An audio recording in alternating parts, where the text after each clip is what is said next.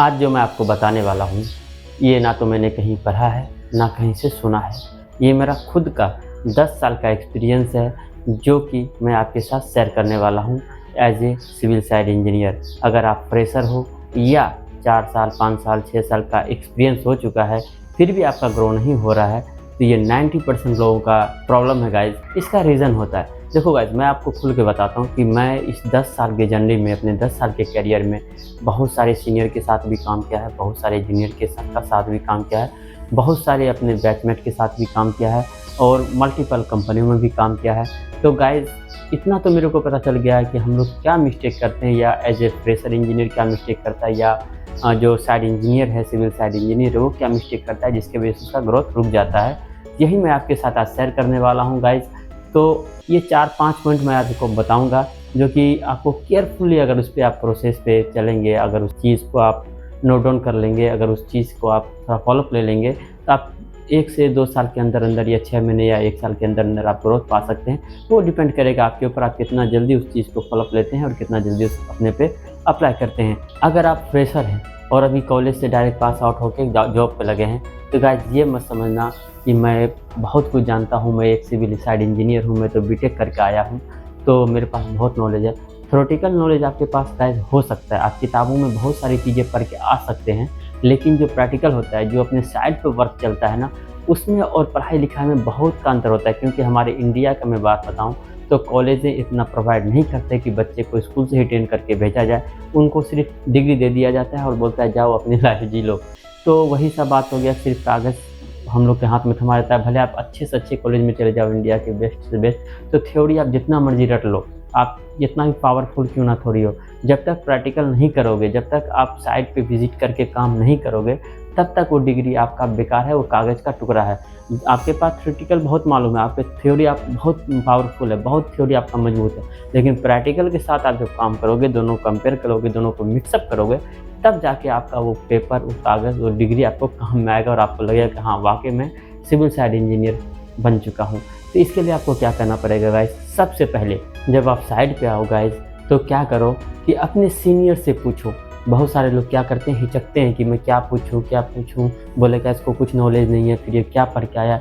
Guys, senior को भी मालूम है कि पढ़ के आने में और काम पे वर्क कराने में बहुत अंतर होता है, तो उसे भी मालूम है। ये फ्रेशर आप देखते होंगे, हमेशा फ्रेशर को गाइड किया जाता है, फ्रेशर को हमेशा एक सुपरवाइज़र के तौर पे देखा जाता है कि चलो ठीक है, इसको ये काम बता दो, इसको वो काम बता दो। तो बंदा सुपरवाइज़र के हिसाब से स्टार्टिंग में 2 महीना, 3 महीना, 1 महीना करता है। तो आप उनको मालूम है कि एज़ ए फ्रेशर इंजीनियर है ये, एज़ ए फ्रेशर है, तो इसको हमें बताना पड़ेगा, गाइड करना पड़ेगा। तो बेहिचक आप पूछो, आप जितना पूछोगे सीनियर आपको उतना बताएगा और आप उतना ग्रो कर पाओगे।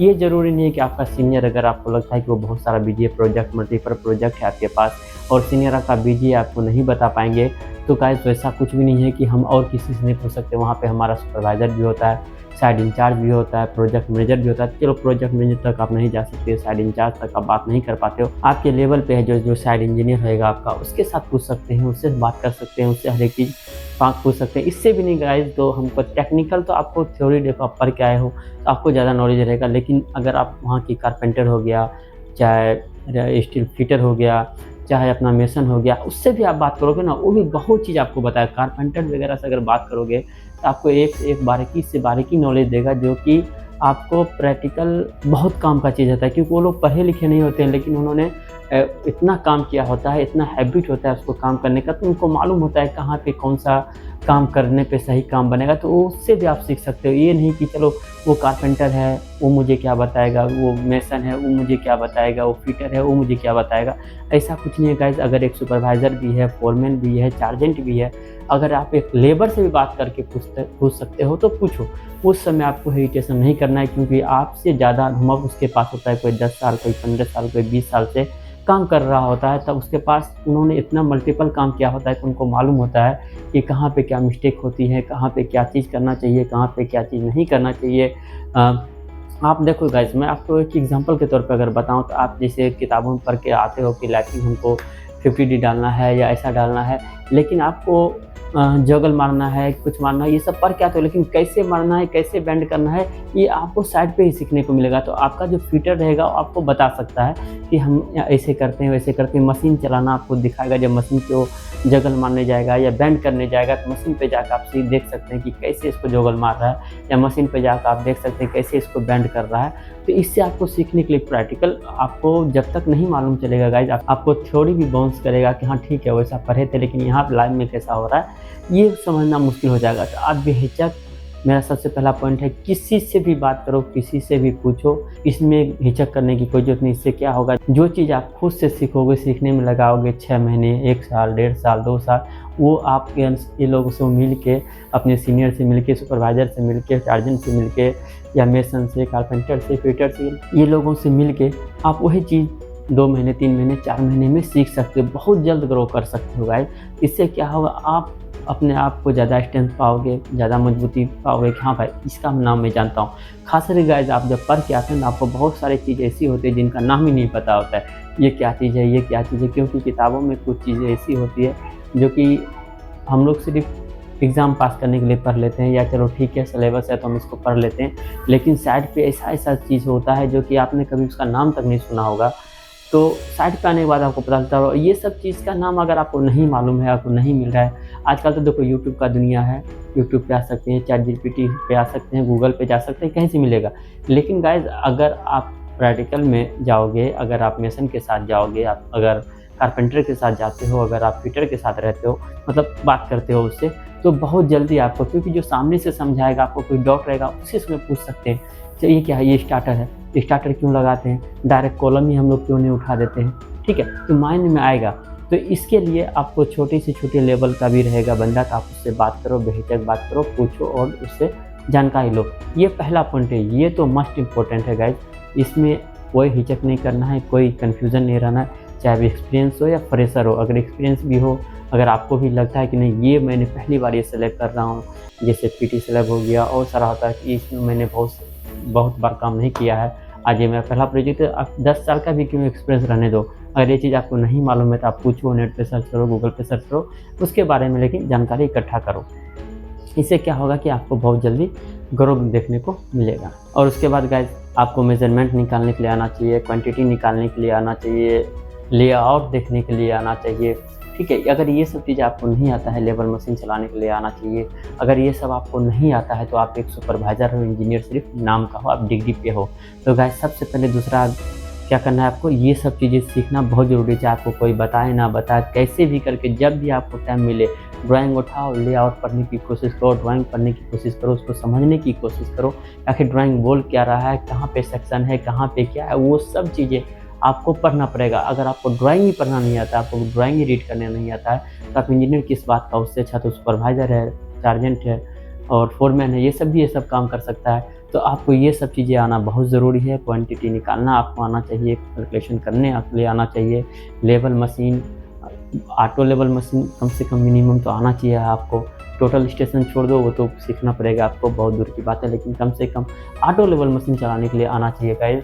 तो ये सब चीज़ें आपको कंपलसरी है सीखना। अगर ये सब नहीं सीख पाएंगे तो आप ग्रोथ नहीं कर पाएंगे। इसी वजह से बहुत सारे इंजीनियर होता है जो कि क्वांटिटी निकालना नहीं आता, उसको बोर लगता है ये सब करने के लिए, तो उसकी वजह से वो पीछे रह जाता है। तो सेकेंड चीज़ जो मैं बताया आपको, ये सब चीज़ें आना आपको ज़रूरी है। अब जो मैं थर्ड पॉइंट बताने वाला हूँ ये बहुत ही इंपॉर्टेंट है गाइस। इसको तो आपको कंपलसरी कैसे भी करके इसको आपको मेंटेन करना पड़ेगा गाइस, जिसे हम DPR कहते हैं, डेली प्रोग्रेस रिपोर्ट। गाइस ये चीज़ आप डेली करो, डेली बेसिक्स पे करो। इससे क्या होता है कि आप समझते हो साइड को, आज मेरा काम क्या हो चुका है, क्या होने वाला था, कितना आदमी लगने वाला था, कितना लग चुका है, कितना दिन में हम लोग का काम होने वाला था। ये जो प्रोग्रेस है गाइस, ये जो रिपोर्ट हम लोग लिखते हैं, इससे बहुत बेनिफिट होता है। बहुत सारे इंजीनियर यहीं पे फंस जाते हैं क्योंकि उसे बस क्या होता है, सुबह आना है 9 बजे, पूरा दिन घूमना है, फिरना है, इधर उधर करना है और शाम होते ही निकल जाना है। बस कॉन्ट्रैक्टर अपना काम कर रहा है, करने दो, लेबर अपना काम कर रहा है, करने दो, चल रहा है, सीनियर अपना ऊपर में जवाब दे रहा है, अपने सीनियर को जो मर्जी बता रहा है, हमको उससे कोई मतलब नहीं। हम तो साइड इंजीनियर आए, साइड पे घूमे फिरे, देखे, सीनियर से नहीं कुछ बता पाए, 2 बात सुने और घर चले गए। अगर ऐसा करोगे पूरी ज़िंदगी एज ए साइड इंजीनियर नहीं, एज ए सुपरवाइज़र बन के रह जाओगे। तो DPR ये कंपलसरी है गाइज। आपको डेली प्रोग्रेस रिपोर्ट तो लिखना ही पड़ेगा। लिखने के फ़ायदे क्या होते हैं गाइज, आपको वो चीज़ समझ आता है कि हमारा प्रोजेक्ट कहाँ चल रहा है, कहाँ डिले होने की चांसेस है। मैंने आज अगर अपने पास 10 कॉलम है तो आज हमें 4 भरना था कंपलसरी, लेकिन आज 3 ही भराया, तो कल हमको टारगेट करना है कि 5 भरना पड़ेगा, 6 भरना पड़ेगा, या कल का कल ख़त्म करना है, तो हम लोग का प्रोग्रेस होगा। तो जब आप डीपीआर लिखते हैं तो आपको समझ आता है, अपने सीनियर को भेजते हैं ना डीपीआर लिख के, तो उसको भी लगता है नहीं बंदा एकदम उसमें परफेक्ट है, बंदा इन्वॉल्व हो रहा है, बंदा इंटरेस्ट ले रहा है काम को लेके, तो सीनियर को लगता है नहीं अप्रिशिएट करना चाहिए इस इंजीनियर को, क्योंकि ये अपने हिसाब से मेंटेन करने की कोशिश कर रहा है। अब एक्सप्लेन भी करोगे, अगर आपके पास डीपीआर लिखा रहेगा, अगर आप लिखते जाओगे तो आप एक्सप्लेन भी कर सकते हो अपने सीनियर को, सर आज हमारे पास इतना लेबर था, इतना कारपेंटर था, इतना फिटर था, इतना मेसन था, या जो भी था लेबर रिपोर्ट अपना जो भी था उनको बता सकते हो, सर इतना ही मैन पावर था अपने पास, ये कॉन्ट्रैक्टर ने हमें इतना ही बंदा आज प्रोवाइड किया था, इसके वजह से आज इतना ही कॉलम हो पाया है। कल हम लोग उसके ऊपर दबाव डाल रहे हैं, आज 10 था तो कल 15 बोलेंगे, डालो और इस कॉलम को ख़त्म करो। तो कोशिश करो कि ये चीज़ को मेंटेन रखने का, जब आप ये चीज़ मेंटेन रखते हो तो आप सभी के नज़रों में आते हो कि नहीं बंदा एकदम केयरफुली है, बंदा काम करने की इच्छुक है, बंदे सिंसियरिटी के साथ काम कर रहा है, तो आपका ग्रो पक्का है। तो गाइस ये पॉइंट तो आप नोट करके रखो। डीपीआर बहुत ही महत्वपूर्ण चीज़ है, बहुत ही इम्पोर्टेंट है। लोग इसको लाइटली लेते हैं, डीपीआर को वैल्यू नहीं देते हैं, लेकिन ये बहुत इम्पोर्टेंट है।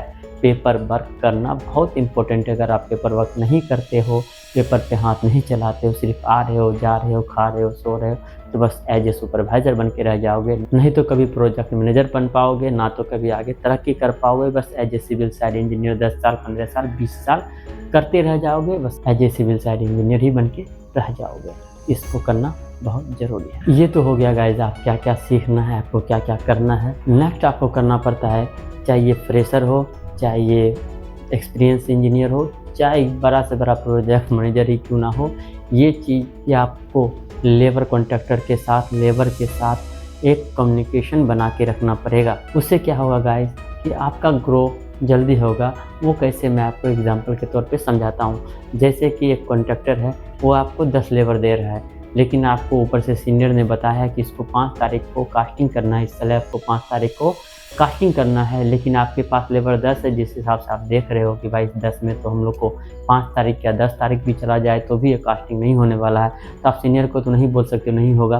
तो आप क्या करो, आप लेबर से कॉन्टैक्ट करो, अब लेबर कॉन्ट्रैक्टर से कॉन्टैक्ट करो, उसको बोलो कि मुझे, अगर आपको ऊपर से आदेश मिला है कि 5 तारीख को ही कंक्रीट चाहिए, तो आप उस कॉन्ट्रैक्टर को बोलो कि मुझे 4 तारीख को ही स्लैब चाहिए।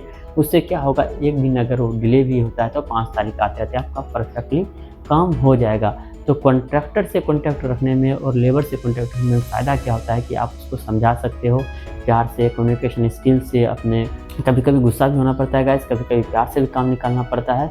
आप सिचुएशन के हिसाब से जैसा देखो वैसा कदम उठाओ, लेकिन गुस्सा बहुत कम साइड पे करना चाहिए।